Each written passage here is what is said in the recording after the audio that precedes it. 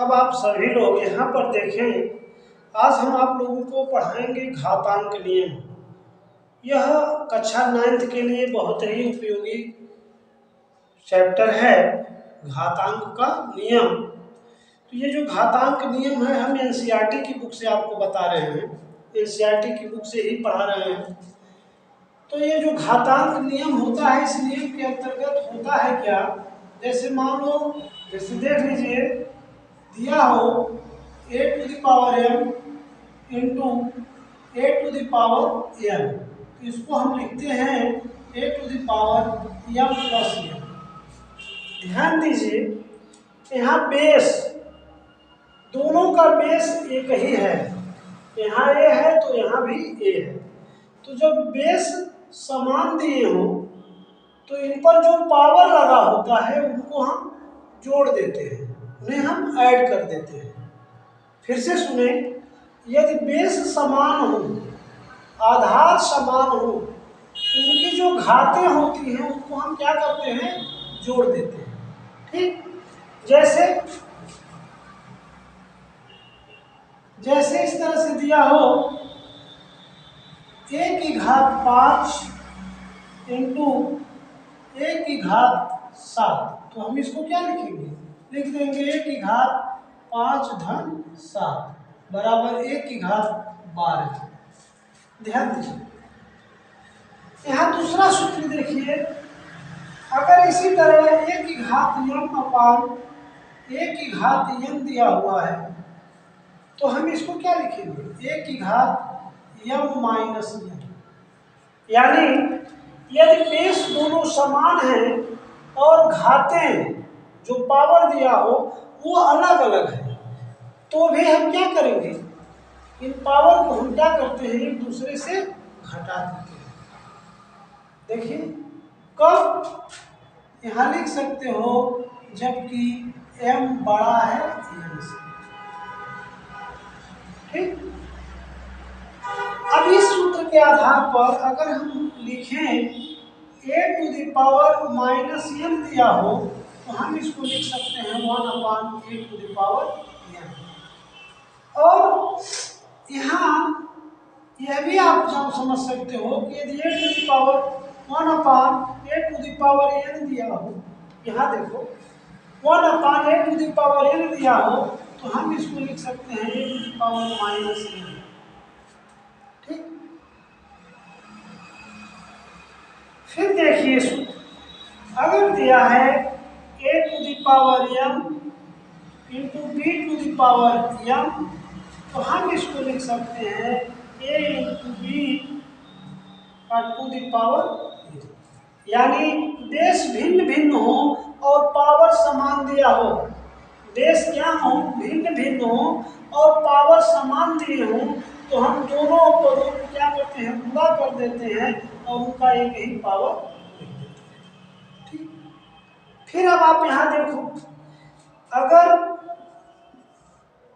दिया हो a to the power m और पूरे का whole to the power n, तो हम इसको लिख सकते हैं a to the power m into n। a to the power m का whole to the power n, तो हम इसको लिख सकते हैं a to the power m into. ये जो फार्मूले दिए हुए हैं, यदि आप इन फार्मूलों को याद रखते हैं तो आपको घातांक के से संबंधित जो भी प्रश्न होगा आप बड़े ही आसानी से सरल कर सकेंगे। तो हमें उम्मीद है कि ये सारे फार्मूले आप पहले रट डालें, याद कर लें, उसके बाद तो आप जो प्रश्नावली दी हुई है एनसीईआरटी की प्रश्नावली 1.6 को हम आपको सॉल्व करवाते हैं, ध्यान दीजिएगा।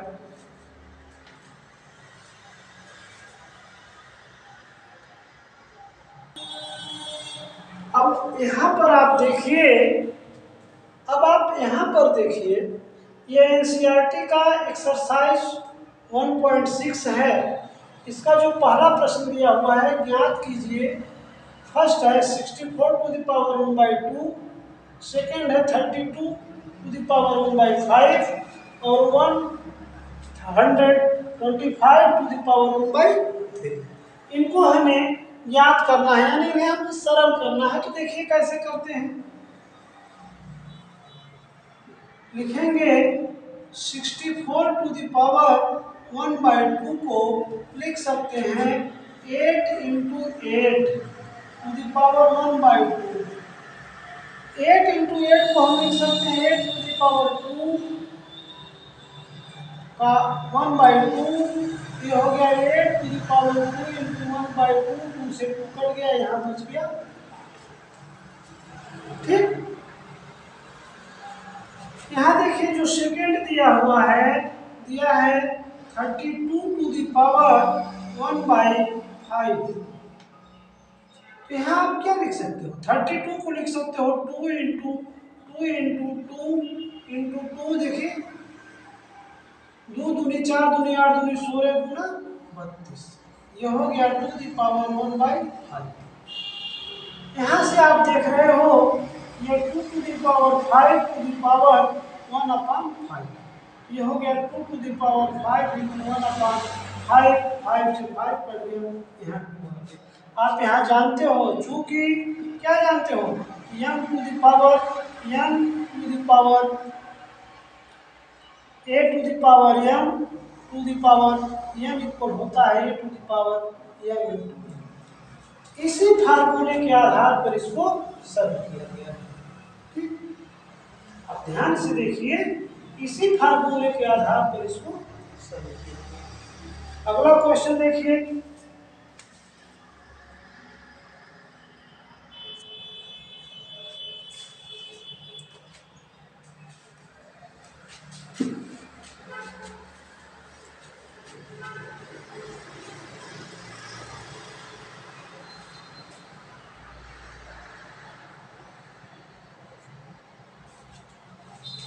यहाँ क्वेश्चन नंबर थर्ड, जो थर्ड दिया हुआ है 125 टू द पावर 1/3।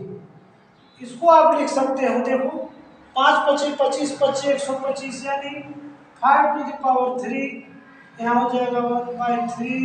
तो आप लिख सकते हो 3 इंटू 1/3। 3 से 3 कट गया, आगे 125 को आप लिख सकते हो 5 टू द पावर 3 का पावर 1/3। 3 से 3 कट गया, केवल 5 बचा। ये आपका। ठीक, अब इसके बाद क्वेश्चन नंबर 2 देखिए। क्वेश्चन नंबर 2 क्या दिया हुआ है, दिया है ज्ञात कीजिए। क्या ज्ञात करना है, दिया है 9 की घात 1/2। 9 की घात 1/2। तो आप इसको क्या लिखोगे, 9 के बारे में 3 टू द पावर 2/2। ये हो गया 3 2 इंटू 1/2 इक्वल 2 से 2 कट गया, आगे।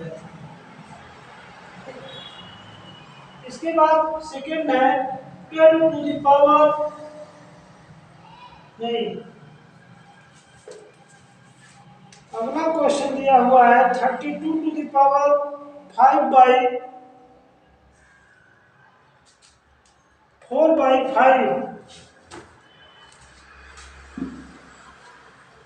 जो सेकंड दिया हुआ है वो लिखा है 32 टू द पावर 4/5। तो यहाँ देखो आप क्या लिख सकते हो, ये हो जाएगा 2 टू पावर 5, क्योंकि जानते हो 5 होगा 32। 2 दूनी 4 8 दूनी 16 दूना 32। ठीक, तो आप यहाँ लिख सकते हो 2 टू द पावर 5/4/5। तो हो गया 2 टू द पावर 5 इंटू 4/5। 5 से 5 कट गया, आ गया 2 टू द पावर 4। और 2 टू द पावर 4 का मान हो गया 16। ठीक, तीसरा क्वेश्चन दिया हुआ है,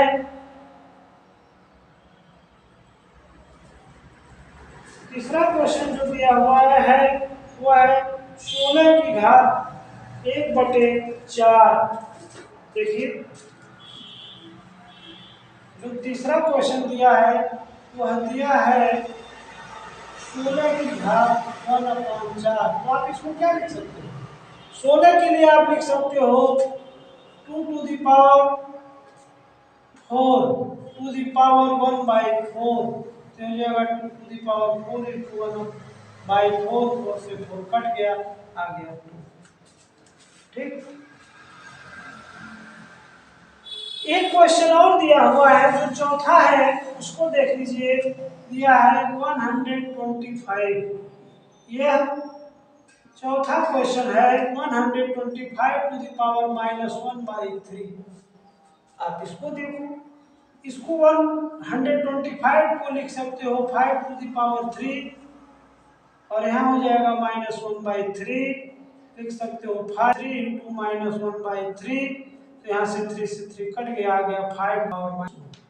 जानते हो कि a to the power -n equal होता है 1/a to the power n। a to the power -n क्या होता है? a to the power -n equal 1/a to the power n। तो इस सूत्र से आप यहाँ लिख सकते हो 1/5, यही आपका।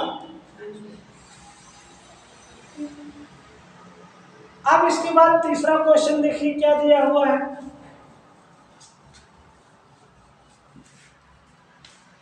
तीसरा क्वेश्चन दिया हुआ है पावर m इंटू, ये जो फार्मूले दिए हुए हैं, यदि आप इन फार्मूलों को याद रखते हैं तो आपको घातांक के,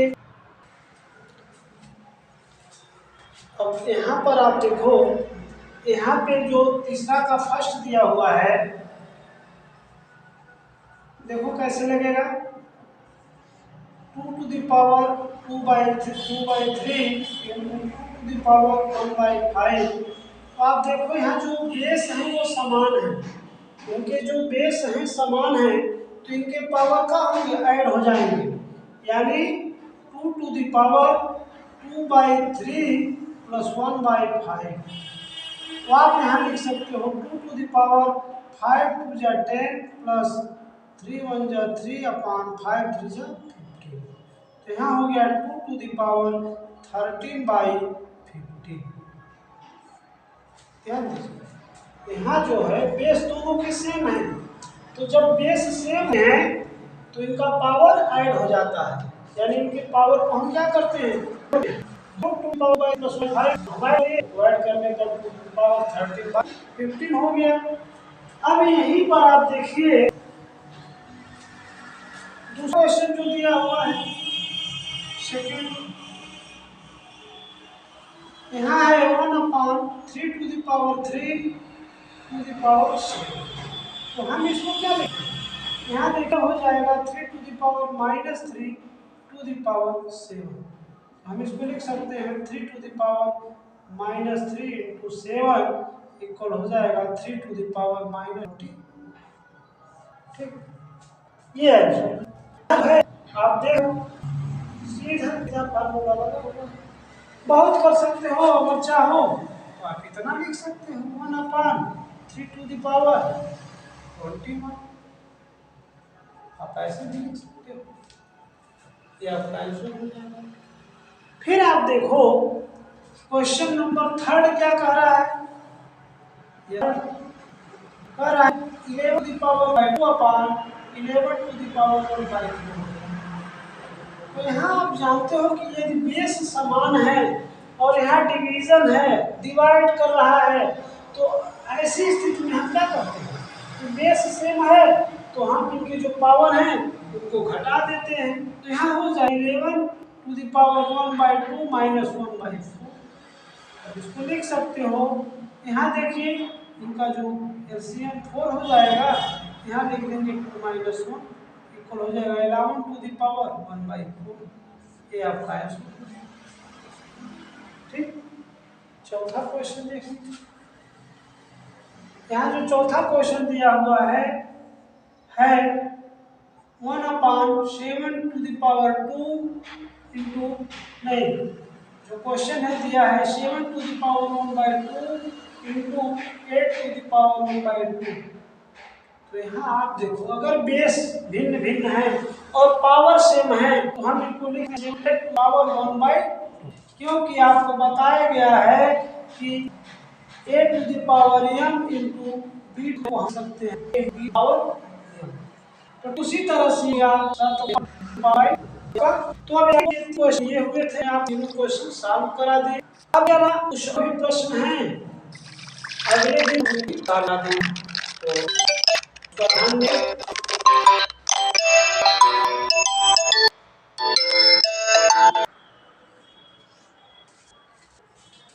अब एनआरटी के जितने भी प्रश्न थे पर कुछ और भी प्रश्न दिए हैं, तो हम आपको कल सॉल्व करा देंगे।